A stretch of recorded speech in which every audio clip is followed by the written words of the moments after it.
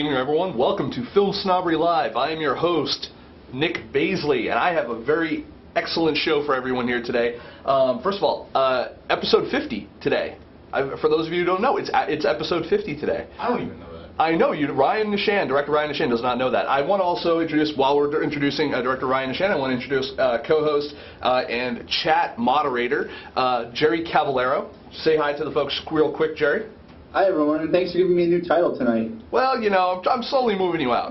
50th anniversary, 50th show, yeah. So we've got a fantastic show for everyone tonight. I'm very, very excited, not only because we have two very awesome guests tonight that I'm really looking forward to speaking with, and I think that will be very helpful going forward to both independent filmmakers, screenwriters, everyone that's involved kind of in our community right now can benefit from what is going on with our two.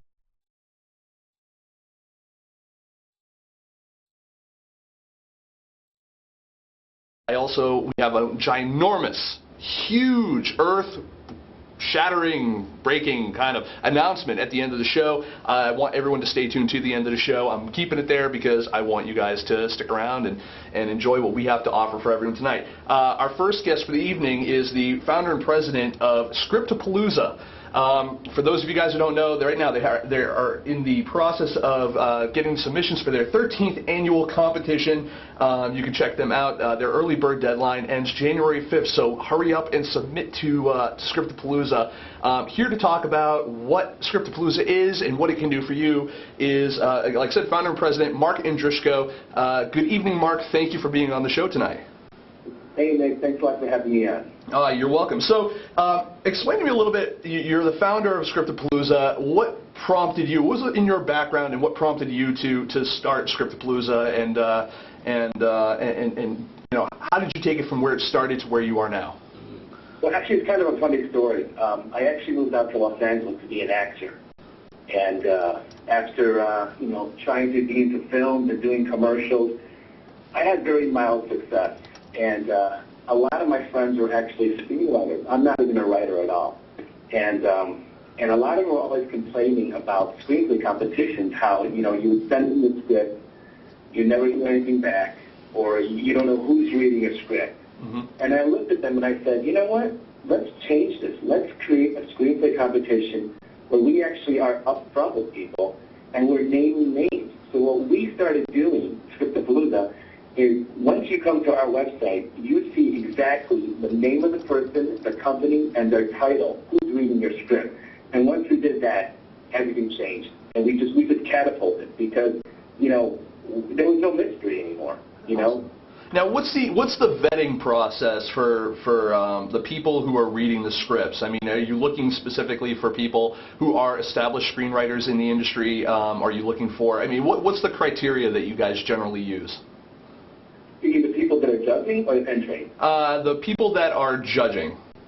The people that are judging are all, you know, they're all production companies, managers, or agents, and we verify everybody before they come on board. I mean, you know, they're all had either production deals, they work at studios, they're in development, they're all, you know, looking for scripts.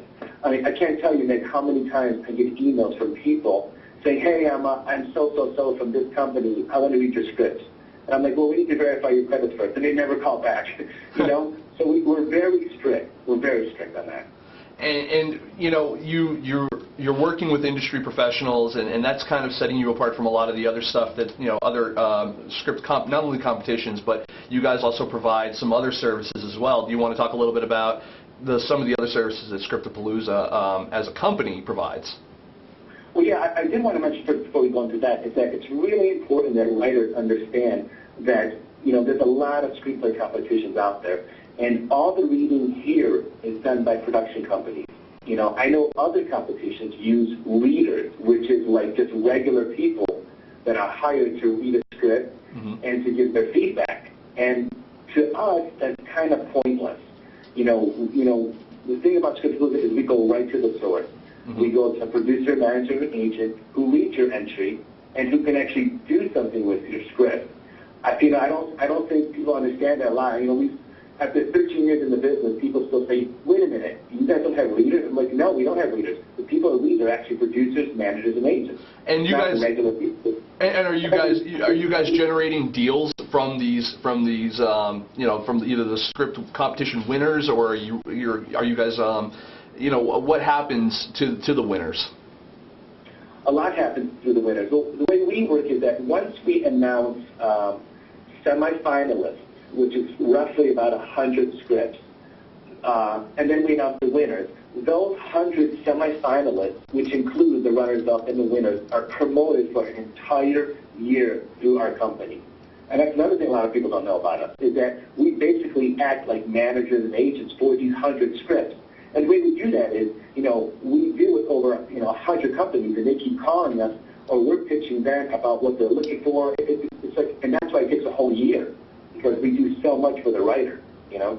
No, and you know, as far as the coverage that you're giving throughout the, you know, the year, you know, what are some of the ways that screenwriters can, I'm so used to saying filmmakers, which, by the way, I should also mention to the audience, today marks the first week of an entire month of screenwriters. This is Screenwriters Month, Screenwriting Month. Every guest and everything we're doing for the next month, the month of December, is going to involve screenwriting somehow, because I think that it's an oft overlooked part of the filmmaking process, and while we love our directors, producers, actors, and actresses, we love a good story. So you know, that's another thing.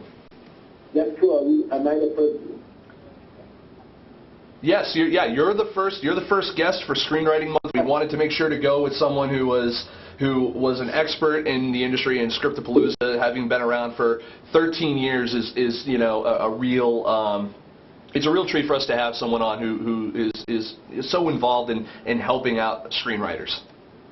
Cool. Sounds great. Thanks. You're welcome. Now, you said you know, you weren't a writer. You know, what's been some of the most important things you've learned about writing and screenwriting in particular, having gone through 13 years of this? Oh, geez. I think one of the most important things is to really have your script ready before you send that out to anyone. Rewrite. You know? I mean, just basically put out the best product you can. Don't send out a first draft, especially to the competition. You know, you're going up against thousands of people, and you really want to put in your best foot forward. You know, that's the most important thing. So now, as far as the competition is concerned, you guys have just launched something else as well, and I wanted to talk a little bit about this and make sure that we talk about it. You know, the screenwriting competition does provide feedback or rather, you know, to the winner, and you promote them and all that kind of stuff. You know, but you guys also have something over at CoverageService.com that you guys just launched called Your First 20 Pages. Do you want to talk a little bit about how that started and what that's all about? Well, you know, we deal with so many people in development, and they tell us a lot of the time, oh, you know, we asked about a certain script that we sent them from the competition, and they always mention, oh, you know, it didn't grab me. I'm asking why. Well, you know, the first 20 pages wasn't good enough, or the first 10 didn't take me in. And that got us thinking, you know, we do have a coverage, you know, analysis service here that we do the whole script. But I was like, you know what, let's do something called Your First 20 Pages.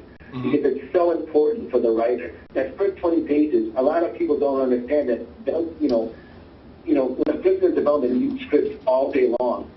You know, that first 20 pages is really important. So we developed a service. It's only $55, and you get 1 to 2 pages back on your first 20 pages. And a lot of people have been doing it here because, you know, maybe they don't want to write 120 pages and then find out that, oh, you know, I didn't want to go that direction.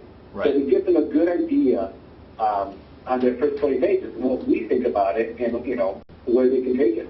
And considering how much time it takes to write a script and to get real industry feedback for $55, I think is definitely worth it. And I'm not just saying that because you're on with me right now. I truly feel that that's definitely worth it, because, you know, you have your average screenplay, which is anywhere from, you know, 90 to 100 pages if it's like an hour and a half type of feature type of situation, and you get, you know, if the first 20 pages is weak and you can get that industry feedback of, you know, whether or not it's good enough to get past 20 pages, I think that can help your story along as you're developing it, and I also think it can help your you go back and revisit some things because you only have that one first impression to someone. You're sending it to an agent, you're sending it to a producer or something like that. Exactly. So is $55 worth rejection?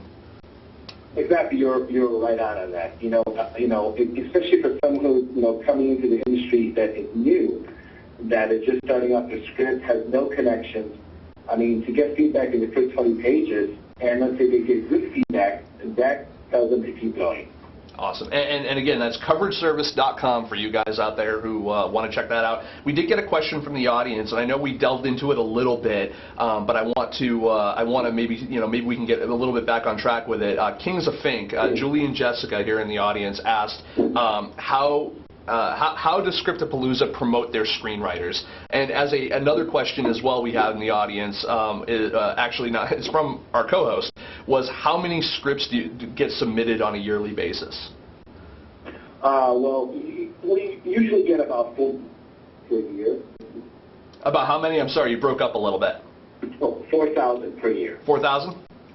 Right, and that varies, I guess with the economy, but the average is 4,000 a year. Great. And the other question, how do we promote? Well, once we announce the semifinalists, and that is 100 scripts, we basically, after we announce the winners, we basically treat those top 100 scripts as our beauty queens. We start pitching them, we start calling all our contacts, and basically people know that once we announce the winners, they can call us and say, hey, you know what, I'm looking for this, this, and this. And we will go through those top 100 scripts, and we will get them, exactly what they need. And we do that for an entire year. And the reason why we do that for an entire year, of course, for the benefit of the writer and to give them an option or to sell it or get them a manager or anything, but also it's for the press too. We generate so much press also where, so much success has come out of this because since we're acting like agents and managers for a full year, it's taken off. I mean, for example, vendors know that they can call up and say, hey, you know what, I'm looking for this and this. And we will go through our top 100 and we will find that script open. Now, that being said, I'm sure, with that many scripts that you're getting, I'm sure there's got to be a lot of good ones, there's got to be a lot of crap. What are some of the ways, I know that there's a lot of filmmaking books out there that people read. They don't Save the Cat, and then there's, all the screenwriter's handbook, workbooks, all that kind of stuff. There's so many. I know that a lot of filmmakers are always trying to make something that's different, kind of unique to them. Does it pay to really follow the kind of the step-by-step type of stuff? Is being original and a hindrance in the screenwriting industry? Yeah, that's a good question. Because I could tell you honestly, when we started Scriptapalooza, we virtually bad scripts in the beginning. And I can tell you now that every year as we go on, we are getting better and better scripts that are being submitted because I think people are doing their homework, reading the books, reading the books, let's say, by Robert McKee called Story, taking the seminars. They're really sending great scripts. I think it's getting harder and harder for us because we're getting such good material in. So, yes, we do get 4,000 scripts, and I can tell you, a lot of them are very good. And when it comes down to announcing those semifinalists, those top 100, that is the worst day here at the office because we're basically telling all the other people that submitted that, oh, we're sorry, and they close us because, yes, those top 100 are great, but there's so many that are better also that have to make the cut, I got you. Now, another question from the audience here was saying, and also a compliment, I guess, also said, wow, doing that promotion for 100 scripts is not a small task. But they also want to ask, could you share a success story that you guys have had with one of those, either the script winners or someone in the top 100 or, anything like that? Oh, we've been in business for 13 years. Just off top of my head, we've had 2 scripts that, did really well in the TV competition, and both writers won Emmys. 6 movies have been made. It's all on the website. If you go to the website and you look at headlines, you will see 13 years of pages of just notes, page after page of success stories We've gotten, hundreds of people agents. We've gotten meetings, movies were made, options. I mean, tons. There's tons. I mean, one of our scripts was, made and then sold in Cannes. So it does a lot. Now, I have another quick question for you as well. As far as screenwriting is concerned, I mean, screenwriting and filmmaking are in this world, it's a little bit like two separate things. You make a good script, and hopefully it gets made into a film or television show. But the other side of things now is that you have web television that has been, really prolific recently, as also you have different things in transmedia that are coming to pass, telling a story in different mediums that relate back to the screenplay. I mean, how does the web television the web series kind of world and the transmedia world, do they at all relate to anything that Scriptapalooza is doing now, or it will do maybe in the future? That's a tough question. I don't know. We are so focused on, the screenplay and the writers that, we don't really dip our toes in anything different right now, because it is such a full-time job. I mean, besides the screenplay competition, we also have a TV writing competition, which is also twice a year, and, we have a coverage service. So for us to, get into anything else is just too much. We don't have the energy, No, fair enough. I mean, it's... I just wanted to get your feedback from the perspective of also someone who's in the business of promoting these different kinds of projects, specifically screenwriting or television writing and all that kind of stuff. I mean, if some of this other writing kind of if it at some point would enter your mind to that, but I understand that from the position you guys are in now, it'd be very difficult to kind of adjust the business model for that. I mean, that literally it is a completely different kind of shift in your mission and all that too. It's plus you have to have all the contacts for that to successfully promote those as well. So I can definitely see. But I figured I would ask this just to kind of see if we could get a little exclusive information maybe. I don't know. But so 13 years. You guys have been doing this. You've had success in people that have had projects made that have had they've won Emmys. You've gotten things made into films. You guys are doing all this different stuff. You've talked about CoverageService.com. When the competition is not going on, what is it just promoting the script, the top 100 at that point, or are there other services that you guys offer as well? Yeah, I mean, once we announce the winners, the promotion of the top 100 starts. So that takes us, for the next, 6 months of doing. But also, we do have 2 TV competitions per year. So as we announce the winners of the of the screenplay competition, we also announce the winners of the TV competition. They're announced at the same time, and it's just it's a lot of just promoting, calling and pitching, and there isn't any really dead time at all here.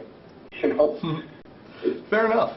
No, and so all right. So if I'm a screenwriter and I submit to Scriptapalooza, and I've created I've got a 90-page script. It's say a romantic comedy. What's my what am I going up against here? I mean, am I I've got something that in my eyes I believe is going to be the next Judd Apatow vehicle or something. But what is kind of the likelihood of is it all blind submissions that just really kind of I had a question and I completely lost my train of thought. I think I know your question. Go ahead. Well, what we do here is once the scripts come in, they're all processed in the office, and the way we get the scripts to the production companies to be judged is we give them what they ask for. So in other words, let's say you submit a romantic comedy and Bender Spink is looking for romantic comedies to judge for us. We would send them an X amount of romantic comedies. Okay. So we kind of don't just, here's your script, Bender Spink and HBO, you have to read that. We kind of gear it where they're asking for certain things, and we give them that genre, and then they judge all those genres. Now, do you guys go and attend a lot of the industry shows and stuff like that? Like are you part of the Film Festival Summit? Do you kind of checking stuff out there? Do you guys go to, do you guys go to NAB? Do you go to South by, Sundance, all that kind of stuff to kind of scope out different things to not only promote yourself but to find new things? Right. I mean, do you go attend the markets and all that kind of stuff too? Occasionally we do. Screenwriting Expo is a big thing for us. We go in there. Sundance we went there a couple times. Occasionally, not every year because we just can't. But we do make sure we're around town. Fair enough. I mean, you got to promote yourself as well. I mean, I'm just wondering, where is your presence kind of located? I mean, obviously people can check you guys out on the web at, Scriptapalooza.com, and you guys are on Twitter, I know that, and you're on Facebook. Obviously the new stuff, you can go to coverageservice.com for your first 20 pages. We see you guys all the time in like Movie Maker magazine and stuff like that. I've got to pick up all those names I just dropped already. But that being said, you guys have a track record. What have you guys really? I mean, do you guys really just attribute the success to the selectiveness in which you guys do it, and kind of the way that you guys work within the industry? Is that pretty much what you're attributing your success to? Well, honestly, I think we're successful because we really care about the writer, and that's what it comes down to. We take every phone call, we answer every email immediately. It's all about catering and to the writer, and we want to prove ourselves to everybody, and I think we do it over and over again. And by the way, I try our hardest. I can attest to the fact that when I've emailed the people at Scriptapalooza before, the people who work with them, I do get emails, a response back like almost instantly. So I can attest to that personally. Actually, that kind of ties a little bit into a question that we had from the audience here about how large. It's kind of an odd question, but it kind of ties in. How large of an organization do you employ to be able to keep up with 4,000 submissions a year, plus answering the phones, plus making the industry contacts, plus all that? How do how big is the organization? We have 6 employees. 6? And 6 employees. But again, don't forget, those 4,000 scripts are not being read by us. They're being read by all the producers. Right. So it's more of an administrative staff almost, right? It's all, and once the pitching and the promotion start, you're looking at 4 people that are doing all that, and if you walk into any agency in Los Angeles, I'm not talking about CAA or William Morris, but any mid-sized agency, you will see 4 or 5 agents. Right. Okay, fair enough. So. Yeah. That was just a question from the audience, because I mean, you hear the scope of what you guys are accomplishing and for how long and all that, and I think that you have the same kind of thought process as you would for like a film festival that's been around for a long time. Like the organization must have grown over time, and obviously as your organization grows and your what you guys do grows, you would think that the overall kind of base would grow as well. But I guess that because you're dealing in mostly administrative stuff, and a lot of the other stuff is industry contacts and partnerships with various agencies, I would guess that, you would be able to keep a smaller staff. Yeah, and again, I want to mention, those top 100 scripts that we call the beauty queens, I mean, yes, 100 scripts that sound like a lot of scripts, but the truth is, for example, we're not going to have that many Westerns in that 100. We might have a couple. Right. You know what I'm saying? No, that makes... It's not like we're pitching 100 scripts every day. We're pitching, and trying to target certain scripts to certain companies, and it just takes time. Right. No, it makes sense. Makes perfect sense. By the way, Jerry, your mic is on. On that note, though, Mark, I want to thank you again for coming on the show and chatting with us a little bit about Scriptapalooza and what they do. I mean, I know that you guys have been around for 13 years, but I'm sure that there's still at least one person who hasn't heard about you, and hopefully we reach them tonight. No, you're right. You're right. I still get phone calls saying, I've never heard of you guys. I'm like, really? If it makes you feel any better, I get it every day, but then again, I'm used to it. I want to remind everyone, early deadline for the Scriptapalooza, the 13th annual competition, is January 5th. So make sure you're going to save cash if you're going to submit there, by January 5th. Make sure to make it happen. And also check out, again, coverageservice.com for your first 20 pages. It's $55. They're going to read your first 20 pages of your script. Now, are you just sending in your first 20 pages, or are you sending in the full script? You can do either one. Either one. Okay. Awesome. But I want to again thank Mark Andrushko for coming on the show. Check out Scriptapalooza.com. Make sure you follow them on Twitter as well. You guys are, I think, Scriptapalooza 1, right? Yes, we are. Thank you for mentioning that. Yes. Yeah, Scriptapalooza 1 on Twitter, and I'm sure if you guys look up Scriptapalooza, do a search on Facebook, you'll find them there as well.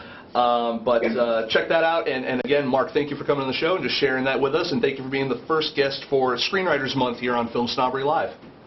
I am honored. Thank you. Thank you, sir. Well, you have yourself a good evening, and we're going to move on with the show now. Okay, bye-bye. Good night, sir. So everyone, that was Mark Andrushko from Scriptapalooza. Now we want to kind of switch gears a little bit. I've actually had two requests. The first one was actually from an audience member here, Lord Bronco, who asked if we could chat a little bit about a project that's going to be coming up. Let me just bring it up here because it's actually a message in my, here it is. It's a message in my inbox here from Twitter. Lord Bronco in the audience asked, A.D. Lane in London is currently doing his 80-hour tweet-a-thon. Could you maybe feature him on tonight's Film Snobbery broadcast? Yes, I will. A.D. Lane, for those of you guys who don't know, he is a British filmmaker who's basically trying to fund his entire film through crowdfunding.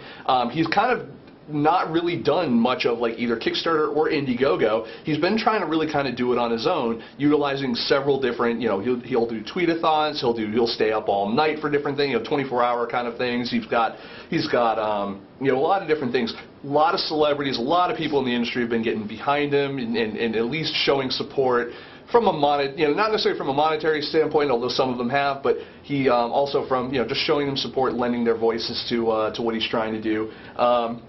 I cannot remember the exact name of Lord Bronco. You can go ahead and tell everyone what is the name of the... I'm getting a call now in the middle of the show. I'm wondering if I should answer.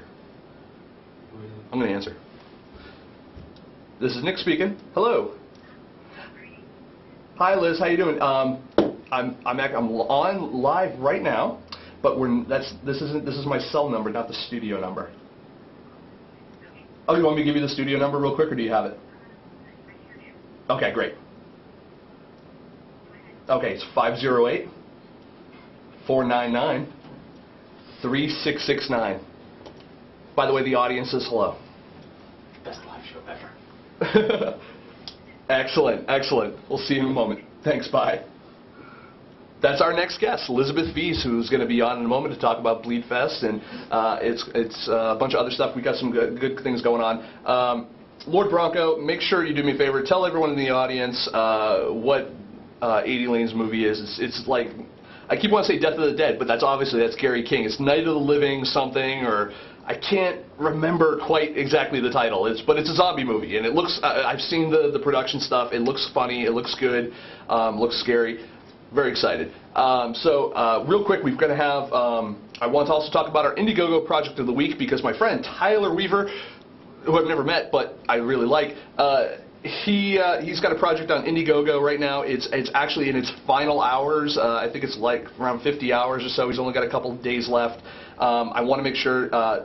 Want everyone to check out Whiz Bam Pow. He's trying to raise, I think it's $15,000, and it's obviously quite tough. But we'll. What I want to do is. What I want to do right now is I want to show you guys his pitch video real quick, and when we come back, we're going to chat with Elisabeth Fies, and we're going to talk to her about Bleed Fest and some other stuff that she's got going on. But first, Ryan, if you would, cut us over to Tyler's, cut us over to his pitch video, and we'll be right back, guys and girls. Hi, I'm Tyler. My usual partner in crime, Paul, is behind the camera on this one. So Yeah, we've had an amazing first couple days here at Indiegogo. We raised $1,300 out of $15,000. And that's an amazing, fantastic start, but it is still just a start.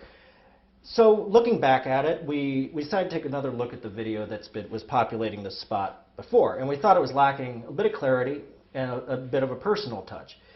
So we decided that the best move for this one would be to go back to where Whiz Bam Pow began, which is with a dude and his comic books.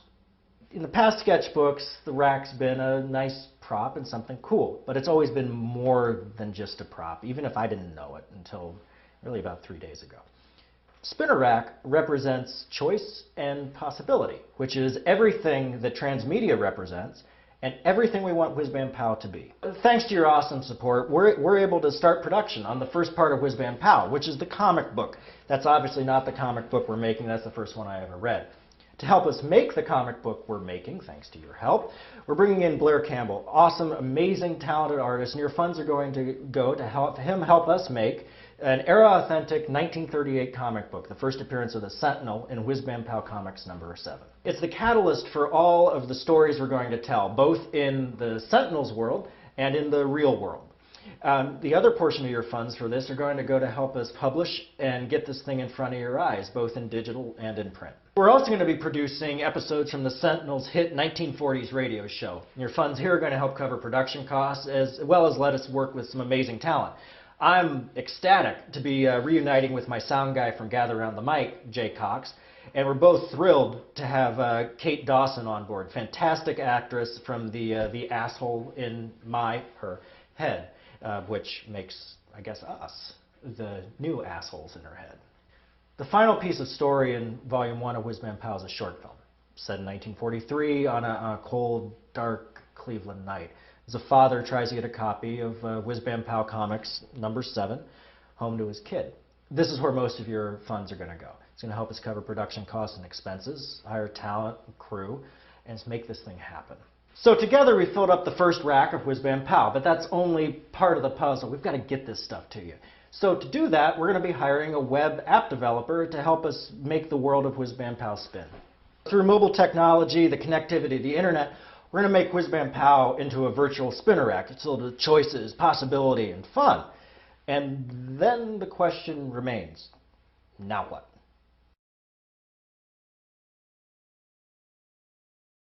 Do you remember family trips growing up? You know, you're in summers, you're out of school, and you're in the back of a station wagon, it's hot as hell. Are we there yet? Are we there yet? Everyone's pissed off at each other and all that. But eventually you would pull into a supermarket and there'd be a spinner rack and choice and possibility.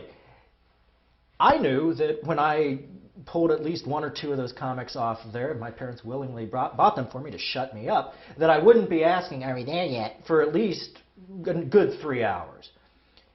But those days are gone now. You don't have spinner racks in stores anymore. You don't have any of that. So what we want to do with Whiz Bam Pow is we want to make a virtual version of that and bring it right to you. So I know this project's big, I know it's ambitious, and I'm well aware that it's probably insane. But if you have any questions or anything, concerns, whatever, before you hit fund this project, email me. My email address is tyler@tyler-weaver.com. I know, though, that with your support and sharing and retweeting and Facebooking and screaming from the rooftops, that we can take Whiz Bam Pow from being a dude in his comic books to everything we know it can be. It's a 21st century spinner rack of story, fun, and possibility.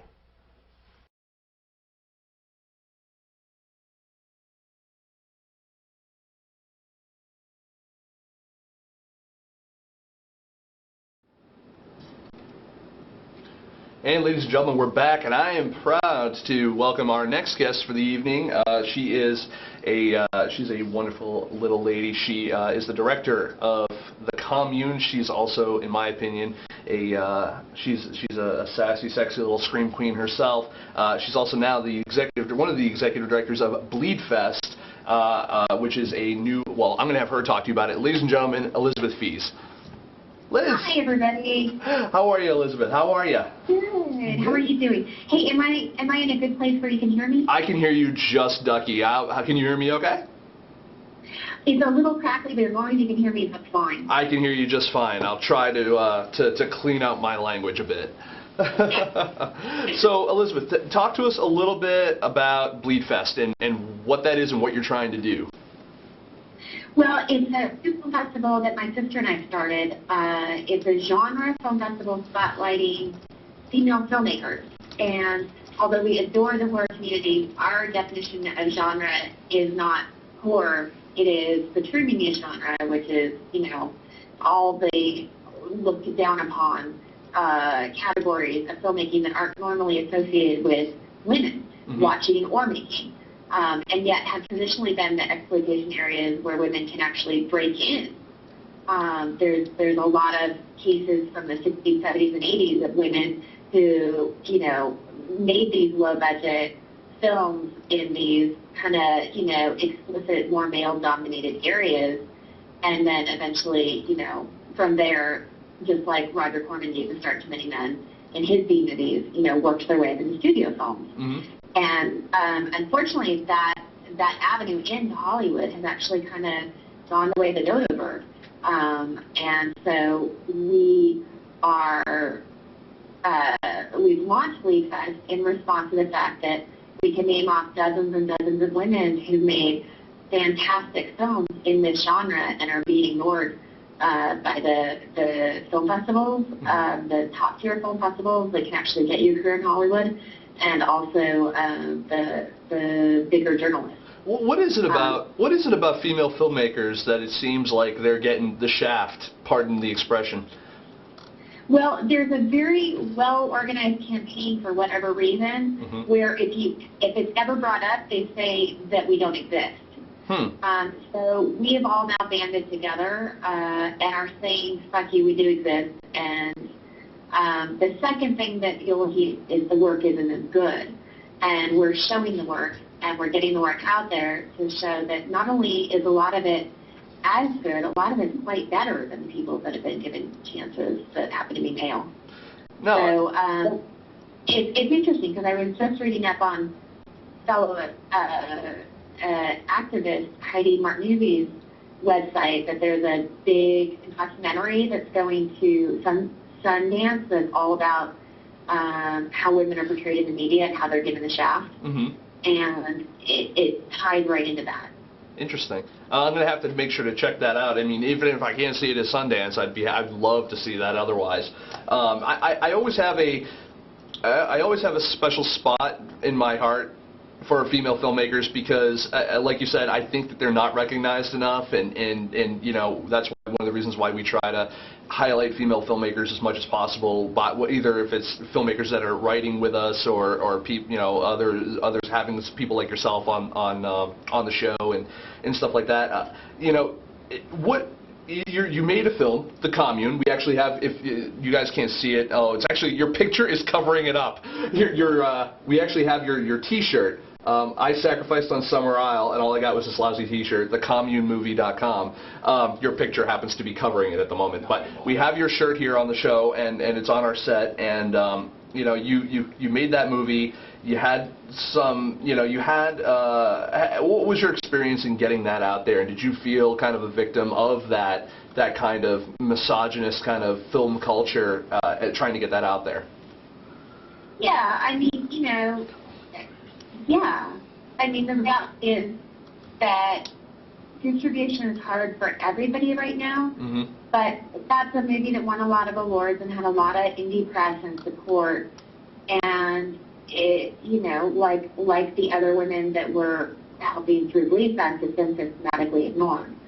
And it's a very bizarre decision from a place that claims that all they care about is the almighty dollar. Because the fact is they're losing money, not backing women. When Roger Corman finally did get talking to my dear friend Kat Shea by, letting her direct a film in the 1980s, she came out with the biggest moneymaker he's ever had. And you'll find that kind of thing over and over again, that the women actually have products that's making money. So I can't tell you why, but there seems to be something else going on as to why people who claim that they're only men, won't Now, will ignore a woman. right. No, I understand. Now, you're tackling, so it's going to be a monthly screening series, right? Bleed Fest? Yes. And every month you're tackling a different genre. Yeah, I mean, the horror community is really well organized and is really vocal and has some great festivals out there. And I don't believe it has a totally together, like, yearly female film festival yet, although there might be a couple from last February that managed to become yearly. But we wanted to make sure that we're making a point that I know women who have made some really cool Western movies. I know women who made some really cool action movies. Mm-hmm. Like, I don't, as awesome as the thriller horror community has been to us, our point is broader. And we want to show all of these ladies' work because they are all being excluded. And they're all areas that are popular culture films, that there's no reason why a man wouldn't enjoy it as much as a woman. And there's no reason why they shouldn't be on VOD. No, and so you're King is a Fink here in the audience actually just said to you, girls gone genre. Well, say it again, I couldn't hear you. King is a Fink in the audience just said girls gone genre. Instead of, oh my God, that's brilliant! Too bad we already have a festival title. Well, maybe we can credit him as using that as a subtitle, because that'd be fantastic. Yeah, King is a Fink. Julie and Jessica, awesome girls. They're female filmmakers as well. They make very eclectic films. They kind of go all over the place. Great characters. I love their characters. I've said that over and over. So submit to us. We're free, and if they go to bleedfest.com, they'll get the submission information. And tell them to get it in right away, because we've got a lot of ladies who are already booked for January, February, and I want to show as many women as possible, but they can't procrastinate. Now, in your opinion, you're kind of making yourself a kind of a mini film festival almost. How come? Not how come. Sorry. How is this? How has this experience been for you now, being on the other side of the table, so to speak? Then, do you have a different look at this from when you were submitting the COMMUNE to film festivals and stuff like that? As you're looking at this, do you kind of have a different take on it now? Or, do other parts of this seem a little bit more like, oh, I understand maybe why this wasn't picked for this or that or the other thing, or what was the learning curve for you, and what have you learned becoming basically a promoter? Yeah, I mean, I handpicked the schedule the last 3 months, so I don't have any of those issues. I'm not interested in becoming a film festival in that sense. I'm still primarily a filmmaker, and I'll be back on set at 7 a.m. the day after Bleed Fest. Mm-hmm. So I'm not really interested in that politics or anything, or like becoming one of those filmmakers who gives up filmmaking to become a film festival programmer. We actually really aren't even interested in the film festival per se. Mm-hmm. We're very film festival 2.0, meaning we're mostly using this to get these women press. Okay. I don't believe 50 eyeballs in a theater is going to make a difference to any of these women. I do think getting their picture taken on our red carpet mm-hmm. and having it published all around Hollywood could help. I do think that many press partners we have, like you, are going to help and are going to boost their IMDb ratings and their Google ratings, which are what matter. Okay. And I'm part of a film collective that is buying a satellite channel. So we're interested in the future. Excellent. We're interested in gathering content and getting content out there and being 2.0 about this. No, I'm sorry. I was going to ask also, like, how are you inviting a lot of media out to this particular theater? I mean, you're screening in Sherman Oaks, right? At the what's the name of the theater? CAP. CAP. Okay, the CAP Theater. And you're actually when is the first Bleed Fest? Or actually, we've had the first. This is the second, right? So when is the next one? I guess we should say. It's the first Sunday of every month. First Sunday of every month. And all that information is available for you guys on bleedfest.com, including which genres we're doing each month. Yep. www.bleedfest.com. Now, so what? Another thing, actually, I'd be remiss to not mention would be you guys are running an Indiegogo campaign as well. That's still going on, right? I think it might end at midnight. I'm not sure, but please mention it because we'll start another one. Well, yeah, everyone should check out. Bleed Fest is on Indiegogo. It was one of the other topics I wanted to talk about. And I actually had a really hard time going back and forth. I was either going to have Tyler Weaver on, his project we just highlighted tonight, or I was going to have you on. And I was like, okay, I think your project ends sooner. I want to have you on to talk to you. We can promote your project as well. But I think it would have been more timely. But the good news about Bleed Fest is they're not looking for a ton of money. They're just, what is the money? Just so everyone knows, what is the money going to specifically? Well, I mean, the thing is, that's all available for you guys to read. I don't even know if I can remember at this moment to help you. It's all on Indiegogo campaign. So if that's the info you want, it's there for you. What's really important for me to say is that we did reach the goal we asked for, but because we're women and didn't know about fundraising, we asked for about half of what we needed. And what we found out since about fundraising is that you're actually supposed to ask for double what you needed. So this is like the amount that's going to keep it so that we can pay rent this month, but it's still like we're not going to have Christmas. Gotcha. So, I mean, it basically what we asked for covers the theater, but we just spent $600 a day on a step and repeat so that we could get the girls' photos in the newspapers. Oh, excellent. So, and that's just one expense. We're also giving out awards that are beautiful statues that you've never seen the like of. We're trying to make posters and programs and all that sort of stuff. So, yeah. So, I mean, I've only named off a few more things that make it $1,400. So, if any help would be awesome because the other kind of wild thing is we have a lot of people who are trying to get in for free. Oh, I can imagine. I just want to say, too, again, we're women, so we're making 70 cents to the dollar, and we're putting this on, not in any way to make money. We're absolutely losing money on it and really trying to do it just to help other women. And we can't afford to let anybody in for free. No, I understand. It's about empowerment to you guys and self-expression and getting that out there. And for those of you guys, I actually did look it up here. The Bleed Fest Film Festival. It's Indiegogo.com/ Bleedfest-Film-Festival. You did raise $606 of your $600 goal. You still have 28 hours left to fund, but you just heard it here though, folks. I mean, she does need we need a little bit more to help cover a little bit, and every little bit helps. And even if you can't donate, we always ask that everyone at least tweet it out, Facebook it, get the word out there at the very least, because if you can't give money, you can at least give time. And I think that that's important either way.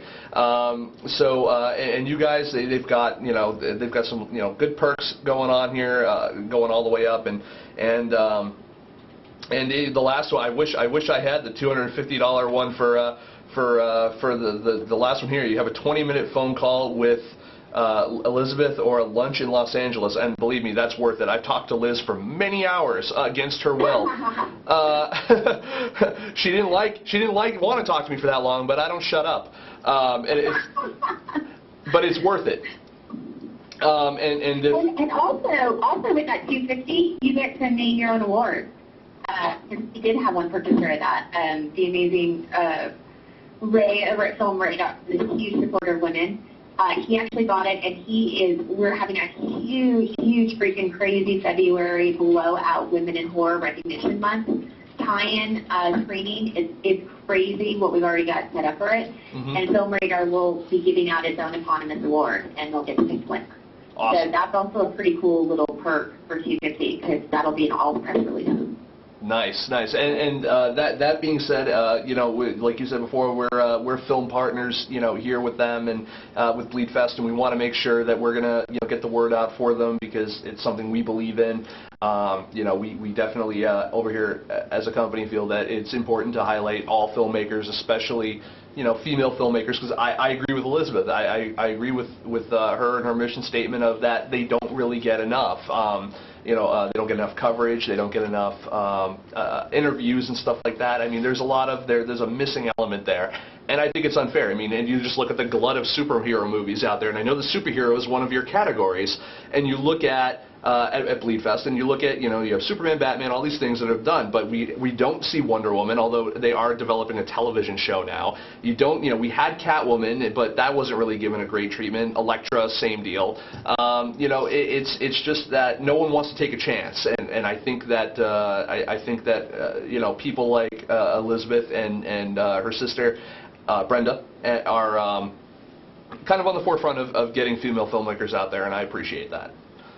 So. Right on. That's what I have. Well, we really appreciate the audience. I mean, thank you for all your support, because we're, really hoping within 5 years that the reality is we'll be circumventing Hollywood and just going straight to you guys and to your own channel. So. Excellent. So thank you. You're welcome. And so, is there anything else that we should talk about while we have you on the line here, Liz? Should we have bleedfest.com. If they want to purchase a copy of the Commune, can they still go? They can go to the communemovie.com, right?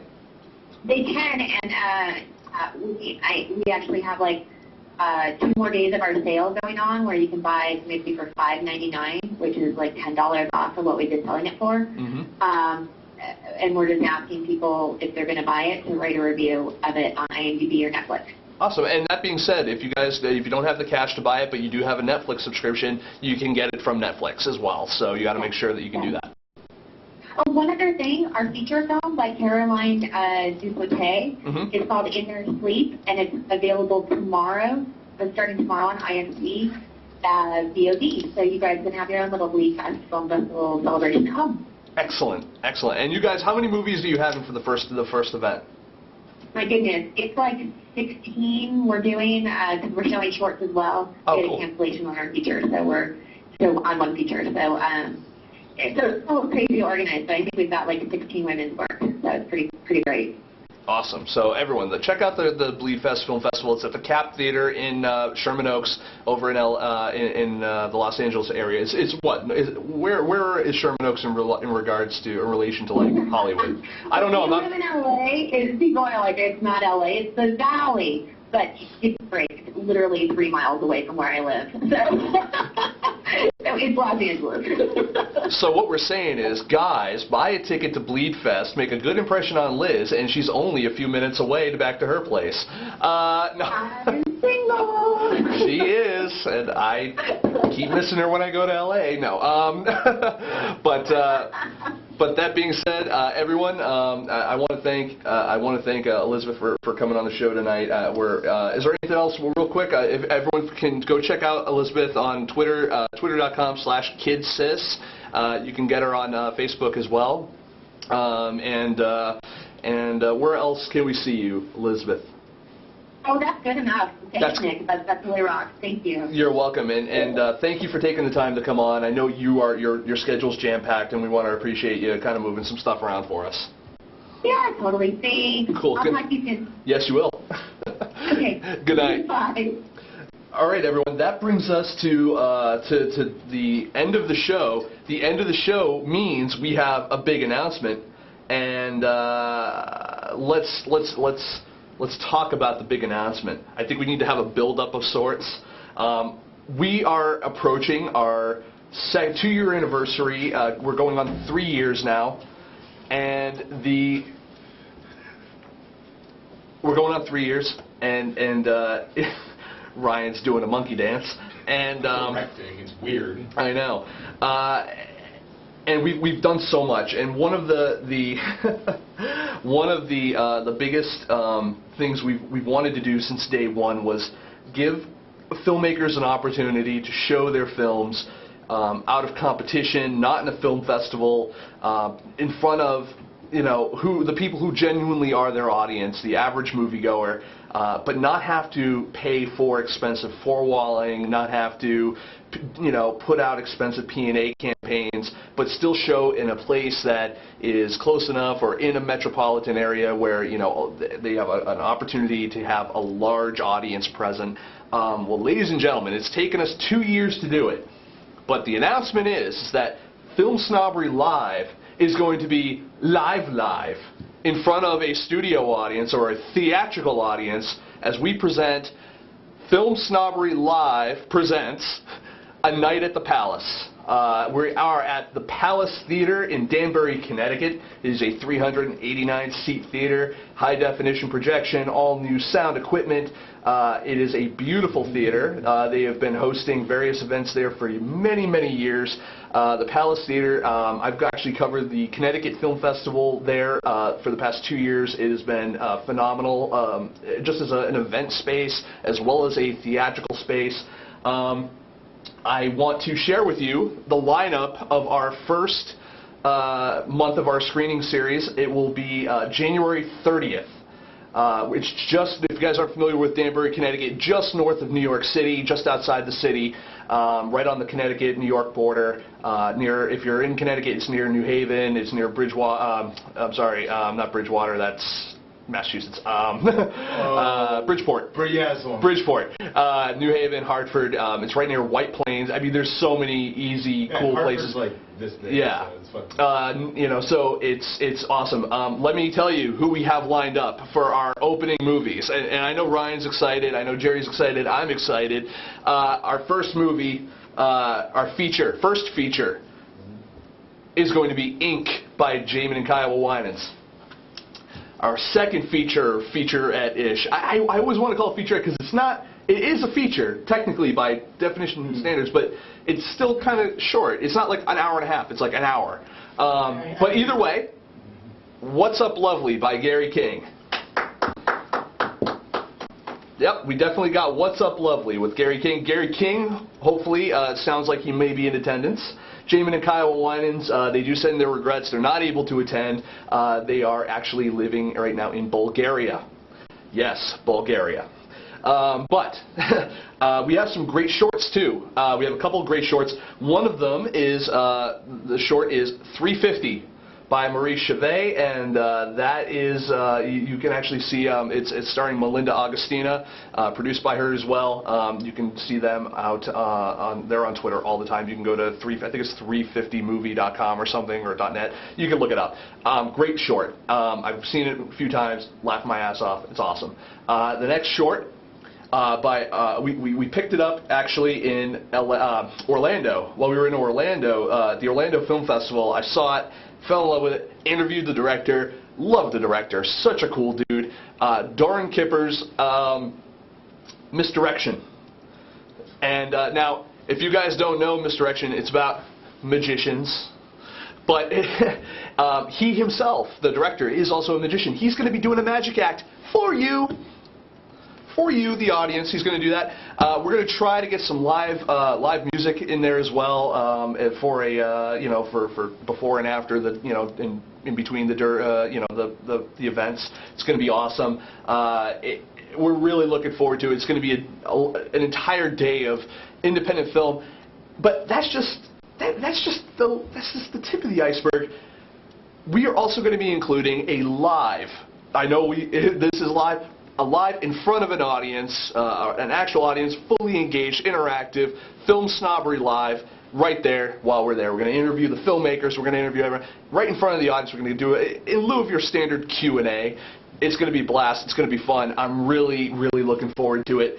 I hope I see all of you there. Tickets will be going on sale soon, I can tell you right now. Tickets, if you're going to show up there on the day of, tickets are going to be $12. Now, $12 is cheap enough anyway, because you're getting 4 movies, 2 features, 2 shorts, 4 movies for $12. But let me tell you a little secret. If you're one of our Twitter followers or Facebook followers or any of our online kind of following, and you buy your tickets using a special promo code, which we'll give out at some point, $10. $2 off, $10.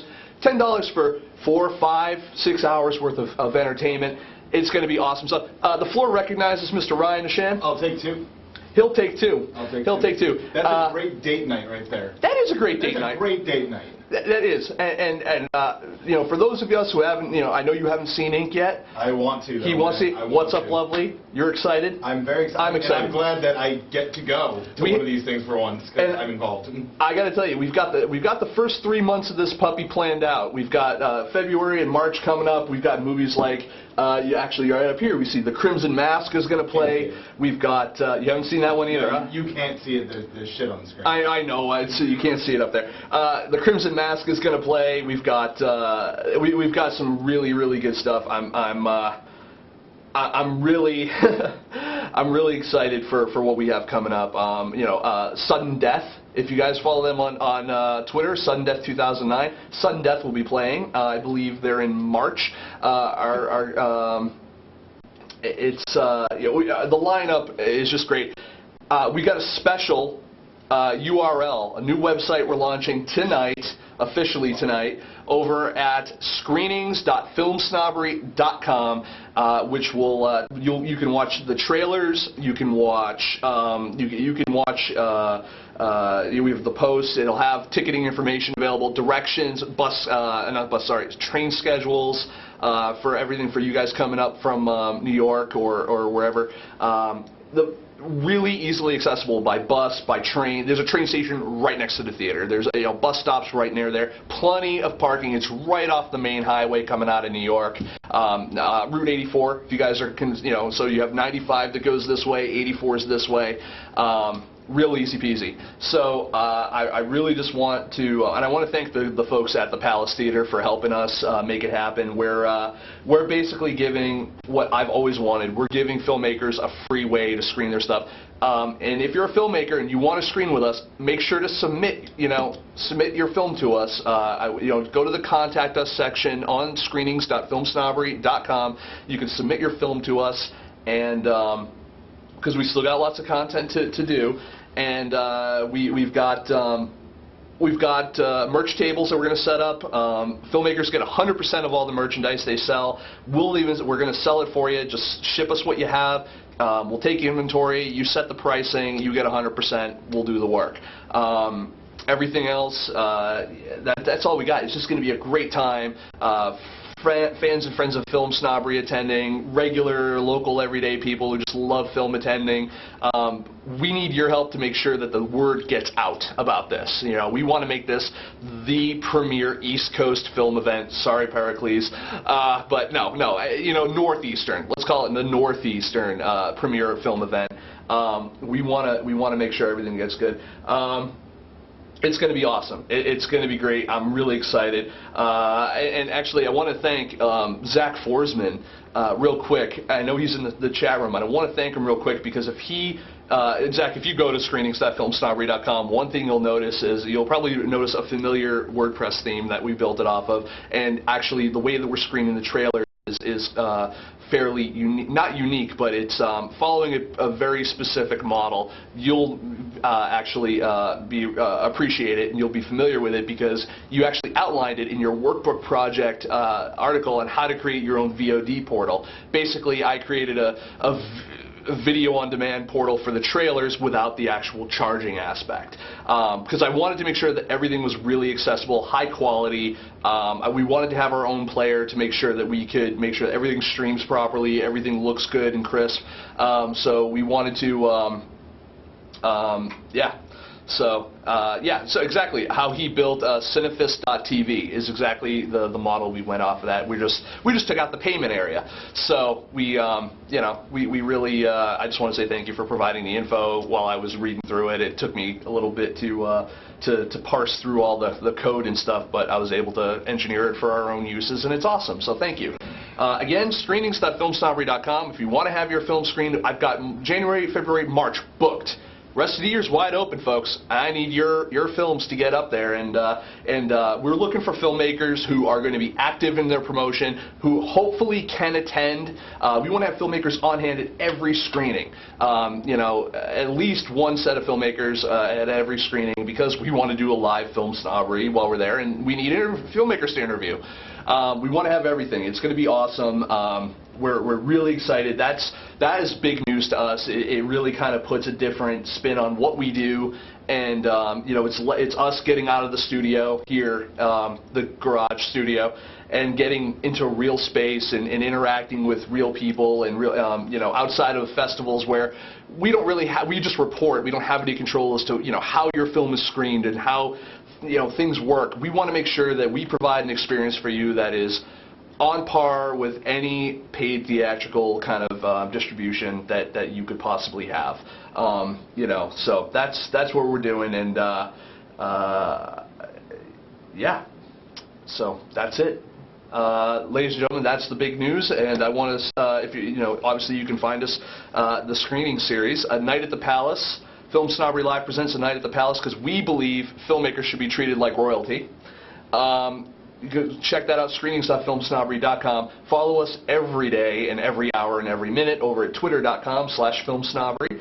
And also check us out, obviously, filmsnobbery.com, facebook.com/filmsnobbery, youtube.com/filmsnobbery, vimeo.com/filmsnobbery. Pretty much any video site, whatever, /filmsnobbery, we're probably there. There's, you know. darkcox.com/filmsnobbery? Yes. That's my favorite. That's my favorite. Oh. Yes. So we're very excited. I want to say thank you to everyone who showed up tonight for the show. Michelle, Julie and Jessica, Zach, Jake, Bill, First Glance Bill, David, Bobby, Jerry, obviously. We want to just say thank you to everyone who stopped by and chatted with us tonight. I want to thank our guests, Mark Andrushko and Elisabeth Fies. Again, check out what they're doing. We will have more news and more announcements going forward up to the end of the year on other films that we'll be screening. You'll hear about it first over at screenings.filmsnobbery.com, and it is going to be awesome. So we'll see you guys next week with our another guest, another Indiegogo project of the week, and more awesome news, hopefully. So that being said, good night, everybody.